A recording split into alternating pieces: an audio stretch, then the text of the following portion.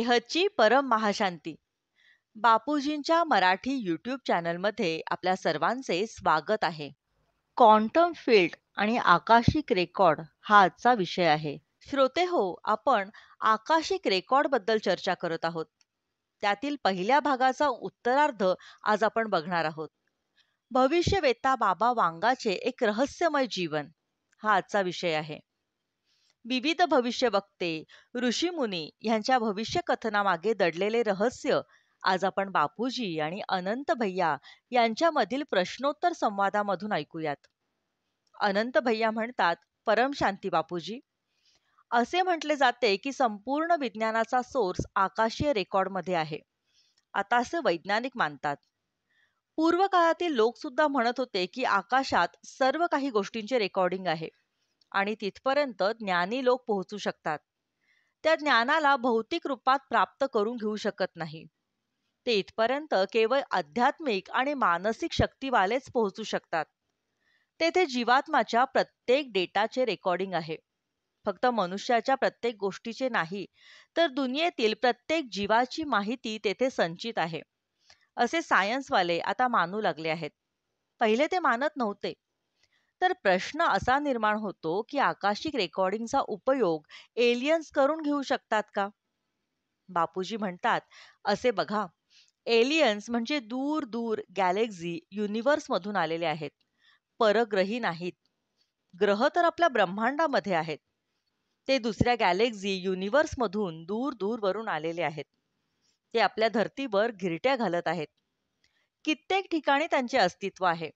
मी माझ्या एका व्हिडिओमध्ये हे स्पष्टपणे सांगितले आहे की आपल्या ब्रह्मांडात येऊन, आपल्या सोलर सिस्टीममध्ये येऊन, आपल्या कित्येक ग्रहांवर हमला करून त्यांनी ते काबीज केले आहेत. तर या एलियन्सच्या आत्म्यामध्ये खूप ताकद असते.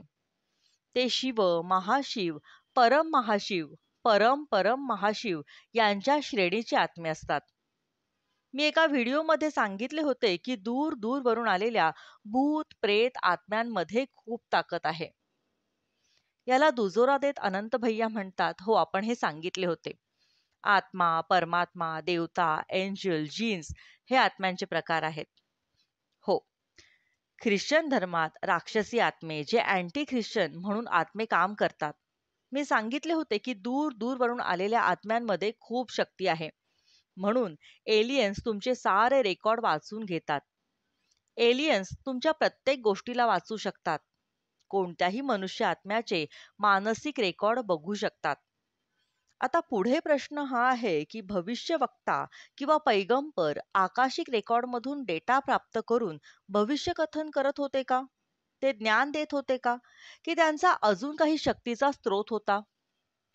बापूजी म्हणतात की बघा, जे कोणी धर्तीवर धर्मपिता, धर्मगुरू झाले आहेत, जे कोणी चांगले ज्ञान देत आहेत, ऋषीमुनी किंवा तपस्वी बसलेले आहेत, त्यांच्याकडे जे सूक्ष्म जगतातले आत्मे आहेत, ते त्यांना बोलावून प्रेरणा देऊन भविष्यात काय काय होणार आहे, काय होणार नाही, काय होत आहे हे दाखवित असतात. प्रश्न असा आहे, म्हणजे आकाशिक रेकॉर्डमधून डेटा प्राप्त करत नसतात. याला उत्तर देताना बापूजी म्हणतात, आकाशीय डेटा प्राप्त करणारे सूक्ष्म जगतातले आत्मे आहेत. ते दुसऱ्या तिसऱ्या लोकातून आलेले आहेत आणि कोणाला तरी प्रकाश किरणांचा झोत टाकून संदेश देत आहेत. संदेश देणारे संदेश वाहक आहेत. म्हणजे सर्वोच्च परमात्मा नाहीत, ज्यांचे संदेशवाहक धर्तीवर राहत आहेत. जे कोणी धर्मगुरू आहेत, ते सर्व मानणारे आहेत, त्यांना एलियन सुद्धा म्हणतात. आणि दुसरे जे त्यांच्याकडे सूक्ष्म जगतातले आत्मे आहेत, ते तीन तत्वातील आत्मे प्रकाश ज्योत टाकून त्यांना बोलवीत असतात आणि भविष्य सांगत असतात. अनंत भैया म्हणतात, सायन्सवाले असे म्हणतात की कदाचित हे पैगंबर किंवा भविष्यवक्ते आकाशिक रेकॉर्डिंग मधून डेटा घेऊन आपल्या मानसिक स्तरापर्यंत पोहोचवून चेतना अवस्थेतून भविष्यकथन करत असतात. काय धर्तीवर लोकातील कोणताही जीव आकाशिक रेकॉर्ड मधला डेटा प्राप्त करू शकतो का? बापूजी म्हणतात, साधारण आत्मा हे करू शकत नाही. उच्च श्रेणीचा आत्माच हे करू शकतो. मनुष्यात जे कमी श्रेणीचे आत्मे आहेत, ते काहीही करू शकत नाहीत. ते तर हे ज्ञान देखील समजू शकणार नाहीत. ज्ञान ऐकणे त्यांना पसंत सुद्धा नसणार. हे व्हिडिओ तर उच्च श्रेणीचे आत्मेच पसंत करतील. साधारण आत्म्यांना ते आवडणार नाहीत. उच्च श्रेणीचे आत्मे व्हिडिओ बघून आत्मस्वरूपाची अनुभूती घेण्याचा प्रयत्न करतील. जेव्हा ते आत्मस्वरूपामध्ये असतील, तेव्हा तो आत्मा पाहिजे ते करू शकतो. अनंत भैया विचारतात, काय शांतीपूर्व स्थितीत त्या आकाशिक रेकॉर्डपर्यंत पोहोचू शकतो का? ध्यानाच्या माध्यमातून ब्रह्मांडीय क्षेत्रापर्यंत पोहोचू शकतो का? बापूजी म्हणतात, असे बघा, मग शांततेचा अर्थ असा नाही की त्याच्या आत्म्याची शक्ती आहे. शांत म्हणजे मनाची शांती. कोणतीही हालचाल नाही, विचार नाही, संकल्प नाही. परंतु त्या हिशोबानुसार मनाची चेतना वाढत जाते असे नाही. चेतना केव्हा वाढत असते? ध्यान सुद्धा कोणाला लावले जाते? जर ध्यान एखाद्या देवी देवताशी लावले, गीतेत लिहिले आहे ना, तुम्ही ज्याचे स्मरण करणार त्याच्याकडे असलेली पॉवर तुम्हाला मिळणार आणि तुम्ही त्यालाच पावणार. जर ध्यान त्या निराकार शिवाला लावलेले असेल, पारब्रह्म परमेश्वराला लावत असेल, महाशिवाला लावत असेल, मल्टीवर्षच्या मालकाला लावत असेल किंवा सर्वोच्च परमात्म्याला लावत असेल, ते आत्मस्वरूपात असतील. पहिला विषय आहे की तुम्ही स्वतःला जाणून घ्या. जाणून घ्या की तुम्ही एक आत्मा आहात. जोपर्यंत तुम्ही स्वतःला हे जाणून घेणार नाही, तर तुम्ही तुमच्या रचनाकाराला देखील जाणू शकणार नाही. तुम्ही कोणाची रचना आहात? शिवाची, परम महाशिवाची. तुम्ही कुठून आलेले आहात? गॅलेक्सी, युनिव्हर्समधून, मल्टिव्हर्समधून. याचा तुम्हाला पत्ताच लागणार नाही. म्हणून आत्मस्वरूपामध्ये स्थित होऊन सर्वोच्च परमधामातील सर्वोच्च परमात्म्याचे स्मरण करून त्याच्याकडून शक्ती घ्यावी. जेव्हा आत्म्यामध्ये शक्ती येत जाईल, तेव्हा त्याच्या आत्म्यातील जे काही रेकॉर्डिंग आहे, की तो कुठून आलेला आहे, ते तो सर्व काही बघू शकेल. अनंत भैया प्रश्न विचारतात, की बापूजी, आकाशीय रेकॉर्डिंग मधून भूत, वर्तमान, भविष्याचे ज्ञान प्राप्त करू शकतो का? बापूजी म्हणतात, हो, जरूर. यावर पुन्हा अनंत भैया प्रश्न विचारतात, की ब्रह्मांडात असे कोणते स्थान, क्षेत्र आहे, जेथे आकाशीय रेकॉर्डिंगचे ज्ञान संचित झालेले आहे? बापूजी म्हणतात, असे बघा, आकाशीय रेकॉर्डचे ज्ञान संपूर्ण ब्रह्मांडाचे ज्ञान कणाकणात आहे. रेतीच्या कणाकणात सुद्धा आहे. मी सांगतो ते कसे की व्हायब्रेट होऊन पूर्णपणे साठवले जात असते. केवळ शिवनिराकार परब्रह्म परमेश्वरात ब्रह्मांडाचे रेकॉर्डिंग आहे, एवढंच आहे असं म्हणू शकत नाही. पण जेव्हा धरती बनलेली होती, मी सांगितले ना, ब्रह्मांडाला बनवून ब्रह्माचे 50 वर्ष पूर्ण झालेले आहेत. म्हणजे पहिला परार्ध पूर्ण झालेला आहे, दुसरा परार्ध चालू आहे, दुसऱ्या परार्धाचा 198 करोडावे वर्ष चालू आहे. जेव्हा ही धरती बनलेली होती, धरती ब्रह्माच्या 10 वर्षानंतर बनवलेली आहे.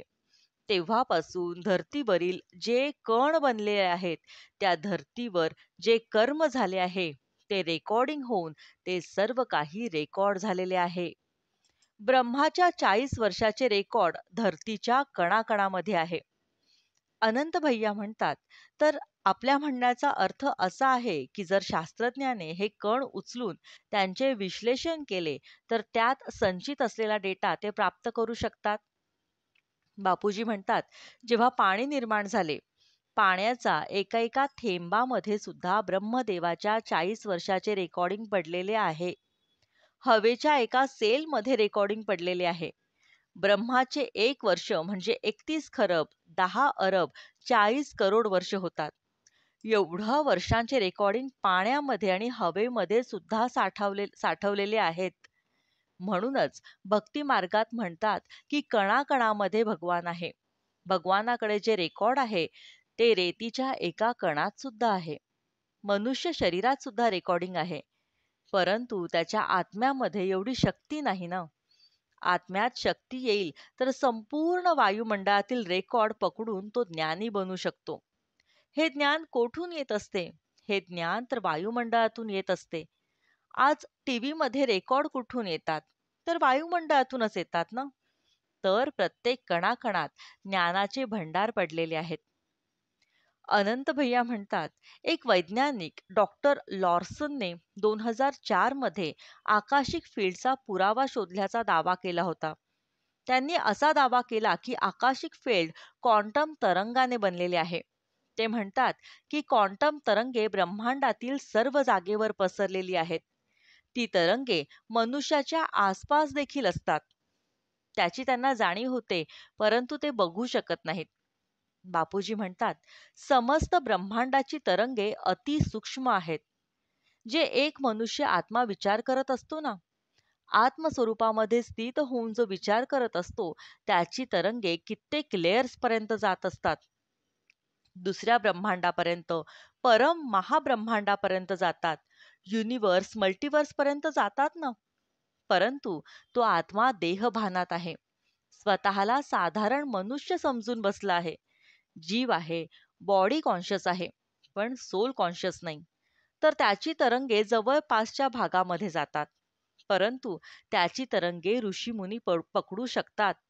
त्याच्या आत्म्याचा चेतनेचा स्तर असेल तर तो तरंगे पकडू शकतो.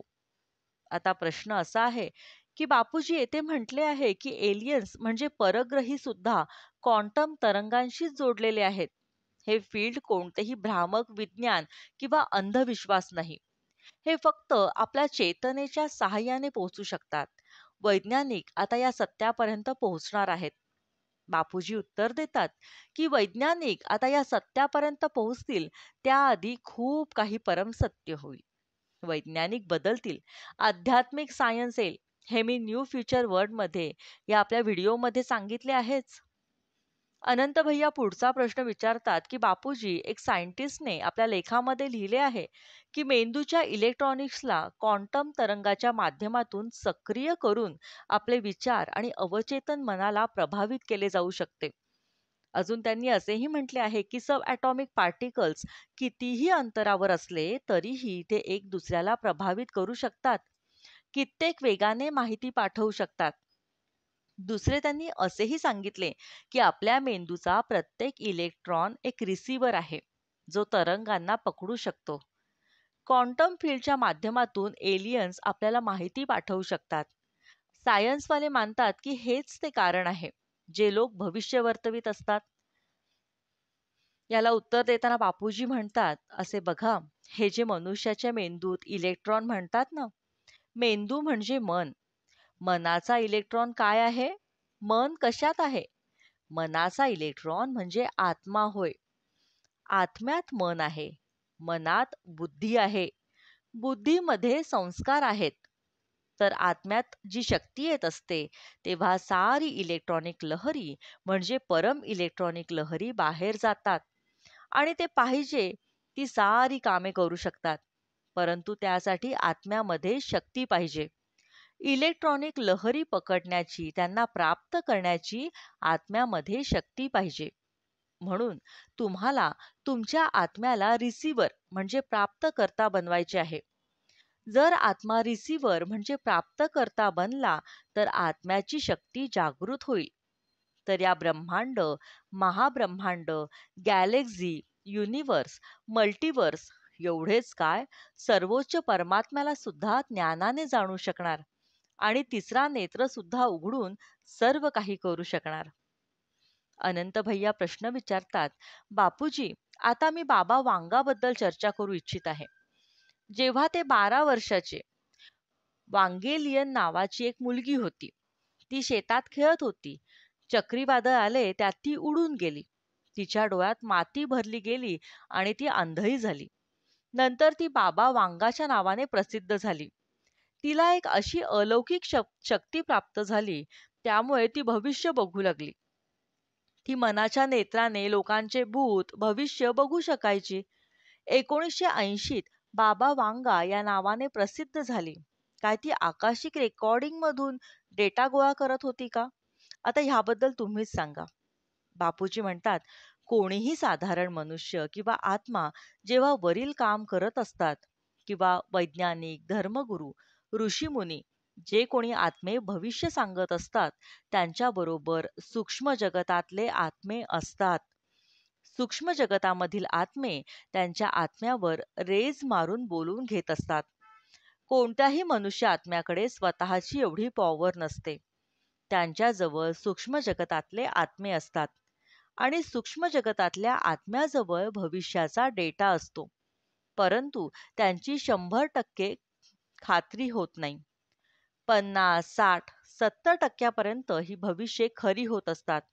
कारण की जसे ब्रह्मांड बनवले गेले, तशी त्याची एक संपूर्ण स्क्रिप्ट देखील बनवली गेली. तर हे संपूर्ण एक नाटकच आहे. अनंत भैया म्हणतात, "बापूजी आता तुम्हीच सांगा, की सूक्ष्म जगाच्या आत्म्याने त्यांना मदत केली, तर आकाशिक रेकॉर्डिंगमधून डेटा आणला नाही, बरोबर?" बापूजी म्हणतात, "हो, त्यांनी नाही आणला. त्यांच्यासोबत सूक्ष्म जगतातले असे आत्मे असतात. ते रेज मारून त्यांना बोलवते करतात." अनंत भैया म्हणतात, "बाबा वांगाने म्हटले आहे, की परग्रहींच्या संपर्कामध्ये ते होते. ते परग्रहींना पाण्याच्या तळाशी चमकताना बघत होते. खरं तर ते आंधळे होते, परंतु मनाच्या नेत्राने ते बघू शकत होते. ते बाबा वांगा सर्व गुपित सांगत होते. अशा गोष्टी कित्येक धर्मलेखांमध्ये देखील लिहिलेल्या नाहीत." बापूजी म्हणतात, "आपल्या हिंदू शास्त्राची पुस्तके उघडून बघा. जे येथे बसल्या बसल्या गोष्टी करत आहेत, त्यांना ते दाखवले जात आहे. हे मी माझ्या कित्येक व्हिडिओमध्ये सांगितले आहे, की मार्कंडेय ऋषी ब्रह्मापुरीमध्ये चाललेले नृत्य बघत असत. तिसऱ्या लोकामध्ये काय चालले आहे हे देखील बघत असत. ऋषी मुनी सुद्धा भविष्य सांगत असत, की येथे आता काय होणार आहे. वेगवेगळे मेसेंजर आले. त्यांनी सुद्धा सांगितले, की भांडण तंटे होणार, इथे दुष्काळ पडणार, तिथे पाऊस पडणार. चला, येथून आपण निघून जाऊयात, असं तेही सांगायचे. तर हे सर्व काही सूक्ष्म जगतामधील आत्मे करवून घेत आहेत. त्यांच्यासोबत चांगले आत्मे असतात. ते हे सर्व करवून घेतात. त्यात अजून खूप काही मनोरंजक प्रश्न आणि उत्तरे येणार आहेत. तो सुद्धा आपण जरूर बघावात. बेहदची परम महाशांती. आणि हा व्हिडिओ आपल्याला आवडल्यास याला लाईक, शेअर आणि कमेंट करायला विसरू नका. त्यामुळे आम्हाला असे नवनवीन ज्ञानवर्धक व्हिडिओ बनवण्याची प्रेरणा मिळते. बेहदची परम महाशांती.